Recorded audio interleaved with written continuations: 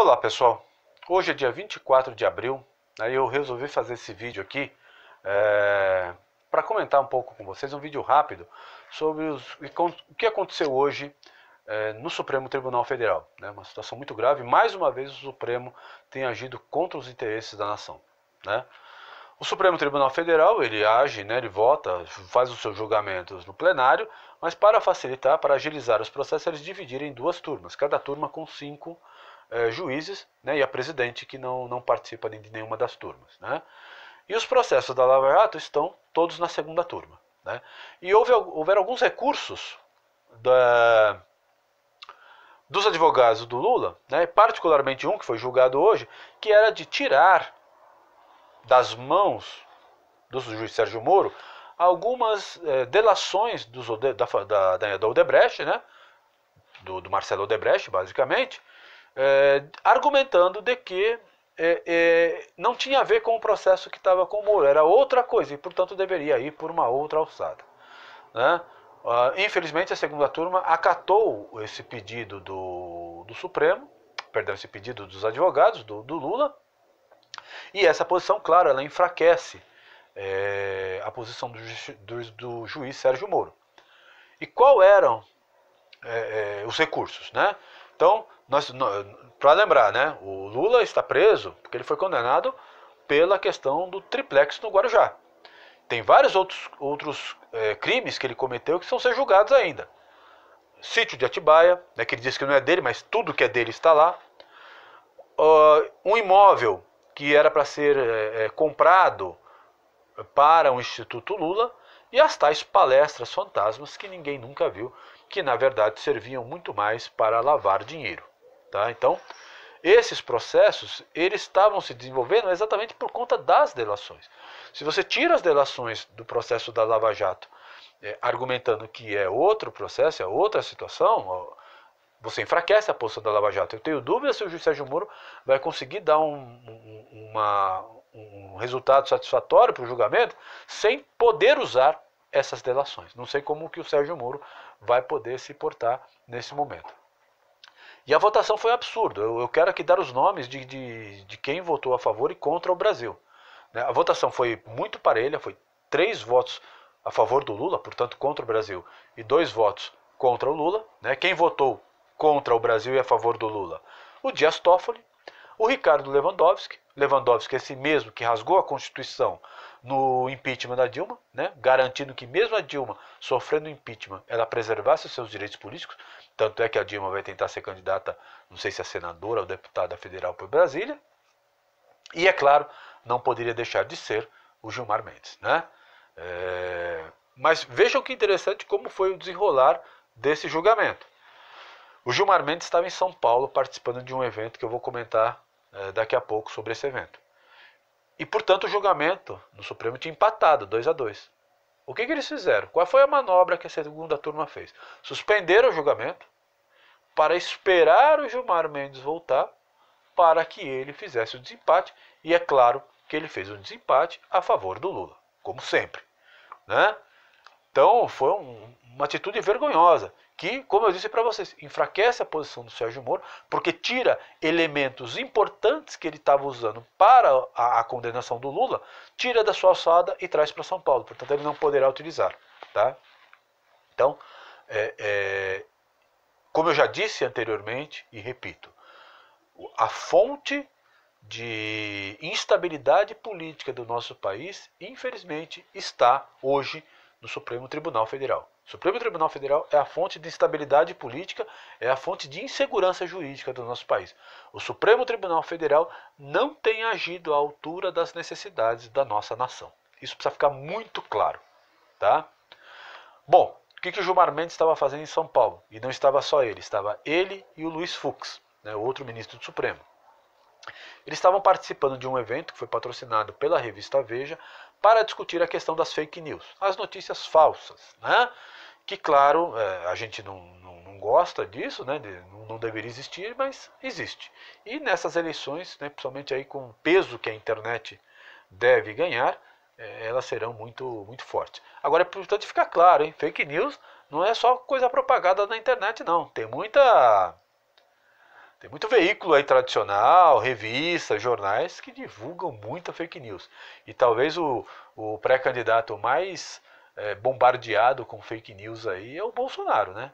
Vide a matéria da Folha dizendo que ele multiplicou o patrimônio, a própria, não sei se foi a Veja ou a Isto É, não me lembro agora, dizendo que o Bolsonaro utilizaria robôs, né, para poder ampliar a sua penetração na internet. Então, quem é vítima de fake news, na verdade, é o Jair Bolsonaro. Tá? Mas, enfim, independente disso, o Gilmar Mendes estava no evento e ele acabou fazendo algo que não deveria, que é tecer comentários sobre o caso do Lula. Então, eu anotei aqui algumas coisas para vocês verem a gravidade do que está acontecendo no país. Né? O Gilmar Mendes chegou a declarar que acha possível que o Lula seja libertado. E como é que isso aconteceria? O fantasma que a gente está vivendo da possibilidade de que a decisão do Supremo, que foi tomada 2 anos atrás, que foi a de garantir que um condenado em segunda instância já poderia cumprir a pena de prisão, né, e é por isso que o Lula está preso, se essa visão for alterada no Supremo, o que vai acontecer? Volta a ideia, que é uma ideia absolutamente equivocada, de que ele só poderia ser preso depois de esgotado todas as instâncias, até o próprio Supremo. E a gente sabe que o Supremo não julga ninguém. Então o Lula continuaria livre. Então, na prática, né, se o Supremo muda esse seu entendimento, que é o entendimento que garantiu que o Lula esteja preso hoje, o que vai acontecer? Lula vai ficar livre. E pela demora do Supremo Tribunal Federal de julgar as questões importantes, o Lula ficará livre para sempre. Essa aqui é a verdade. Né? Mas mais grave que isso. E aí entra o Luiz Fux. E o Luiz Fux tem um peso importante esse ano, porque ele está na presidência do Tribunal Superior Eleitoral. Portanto, é ele que vai organizar as eleições desse ano. Tá? E o que o Luiz Fux disse nesse mesmo evento? Ele disse que é possível, ele não descartou a possibilidade de que Lula tivesse a sua candidatura registrada. E por que ele disse isso? Porque se você olhar pela legislação atual, o Lula já está inelegível. Por quê? Porque a lei da ficha limpa diz o seguinte: se você for condenado em primeira e em segunda instância, precisa ser condenado em segunda instância, você já está impedido de disputar as eleições. Portanto, você cai na lei da ficha suja. Né? Agora, se o Supremo mudar o seu entendimento de que você precisa esperar a última instância para poder ser preso, o Lula ficaria livre, correto? Se ele ficar livre, o que ele faz? Qual é o raciocínio? E que do ponto de vista jurídico é até um raciocínio plausível. Ora, se eu estou livre, portanto eu não sou uma pessoa que foi condenada ainda. Então ele entraria com uma medida liminar no Supremo e se o Supremo tiver a coragem, né, o antipatriotismo de libertar o Lula, certamente o Supremo pode dar essa liminar. Então o Supremo daria uma liminar para garantir a inscrição da candidatura do Lula e aí ele poderia participar das eleições. Tanto é que o Luiz Fux disse o seguinte: olha, se numa hipótese de o Lula entrar com uma liminar, essa liminar for aceita no Supremo, eu tenho que registrar a candidatura dele, porque o Supremo está num nível acima de mim. Né? O Supremo Tribunal está num nível acima do Tribunal Superior Eleitoral. Então é preciso entender o que está em jogo aqui. O que está em jogo aqui é a possibilidade de um verdadeiro golpe. Aí sim nós teríamos um golpe. Que é a libertação de um preso condenado e, mais do que isso, a garantia de que esse indivíduo disputará as eleições. Né? Esse país não vai suportar isso. Os ministros do Supremo Tribunal Federal estão brincando com fogo.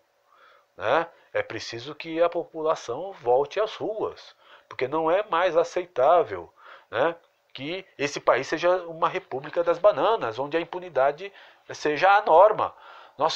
A população brasileira fez um esforço enorme nas manifestações pelo impeachment da Dilma, que era a essência daquela manifestação era a garantia do cumprimento da lei, de que todos estão sujeitos, subordinados à lei.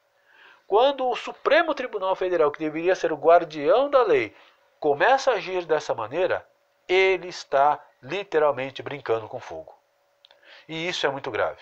Isso pode levar a convulsão social, pode levar a uma desmoralização da população, o que é pior ainda, né? Quando a população começa a se sentir como parte ativa do processo político brasileiro, como agentes ativos dos destinos da nação, vem o Supremo e pode jogar um balde de água fria. Então pode acontecer duas coisas. Ou pode acontecer uma revolta incontrolável, ou pode levar à desmoralização. E levar esse país à desmoralização significa colocar o país às portas do que está acontecendo com a Venezuela. Porque não tenham dúvida, numa eventualidade, numa tragédia política desse país, que a população fique desanimada, que a população perca as esperanças com o que o Supremo está fazendo, e o Lula, numa tragédia, se eleja, esse país vira uma Venezuela. E nós não podemos aceitar isso, né? A coisa é grave, é séria, há uma tentativa deliberada de ministros do Supremo Tribunal Federal de acabarem com a Lava Jato. O que eles estão fazendo? Eles sabem que no plenário, com os 11, eles estão perdendo. Estão perdendo por pouco, mas estão perdendo. Está perdendo tudo lá no 6-5. E agora, então, eles mudaram de estratégia. Estão tentando jogar tudo para a segunda turma, que é onde esses verdadeiros canalhas mesmo, é preciso que se diga isso, eles estão agindo contra os interesses da nação, contra o interesse da população brasileira, né?